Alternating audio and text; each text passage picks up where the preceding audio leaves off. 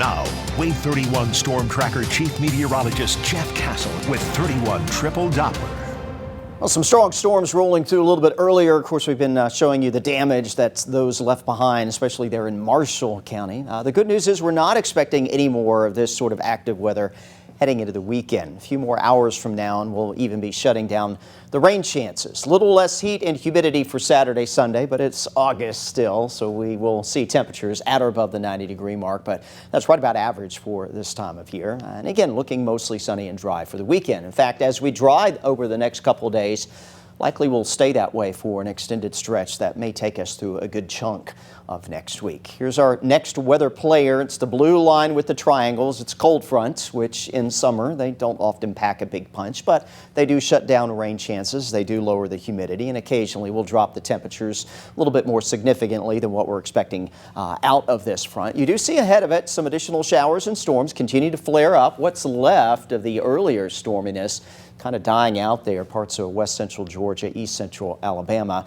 And we have gotten a break around here. Keep in mind, storms that came through earlier, I-65 eastward, ate up a lot of energy that had built up in the atmosphere. So the atmosphere kind of has to recharge before we can get a next round going ahead of this cold front. And right now, the only activity that we're seeing developing here is pretty close to Fayetteville and Winchester, Tennessee. Everything has kind of dropped just south of there, moving into northeast Madison County through the New Market area, also northwestern parts of Jackson County. This is the latest scan update with our Guntersville live radar. That's what I was showing you earlier in the newscast with those storms that produced the damage there in Marshall County. Looks like maybe a little new development on the north side of Huntsville as well. So still a bit more rain we're going to have to get through before we clear it out for good a little bit later on this evening. Latest here with future radar showing a bit more than what is currently in place, but it's giving us the general idea that some additional showers and thunder showers may develop and track through this evening. Notice by 8 o'clock, most everything has cleared out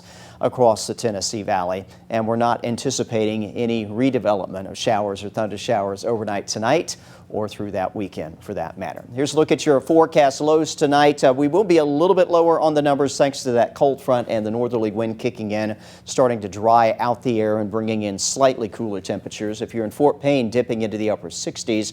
Most everyone else somewhere in the low 70s, but hey, that's better. The last couple nights we've barely dipped below the 80-degree mark, so it'll be a bit more comfortable first thing tomorrow morning. Breaking down your day planner tomorrow, yes, we will warm back up, but no, it's not going to be incredibly hot. 79 degrees around 9 in the morning, 84 at 11, upper 80s and some low 90s expected tomorrow afternoon with, we'll call it a partly to maybe at times mostly sunny skies heading in through your Saturday afternoon. These are expected high temperatures here in the east, running mostly into the upper 80s, Scottsboro, Fort Payne at 88, 87 in Guntersville, and elsewhere right around that 90-degree mark. Moulton, Decatur, both at 90. We'll go 91 in Huntsville tomorrow, close to 90 in Athens.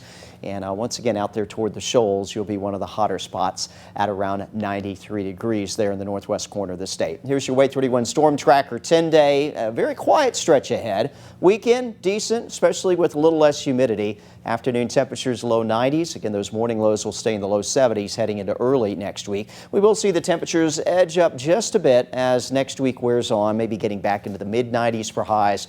Humidity won't be out of control, but it will be muggy. Again, still early August, so we can't expect for much less than that. But as far as rain goes, an extended stretch of dry weather, not just through the middle of next week, but maybe through the end of the week as well.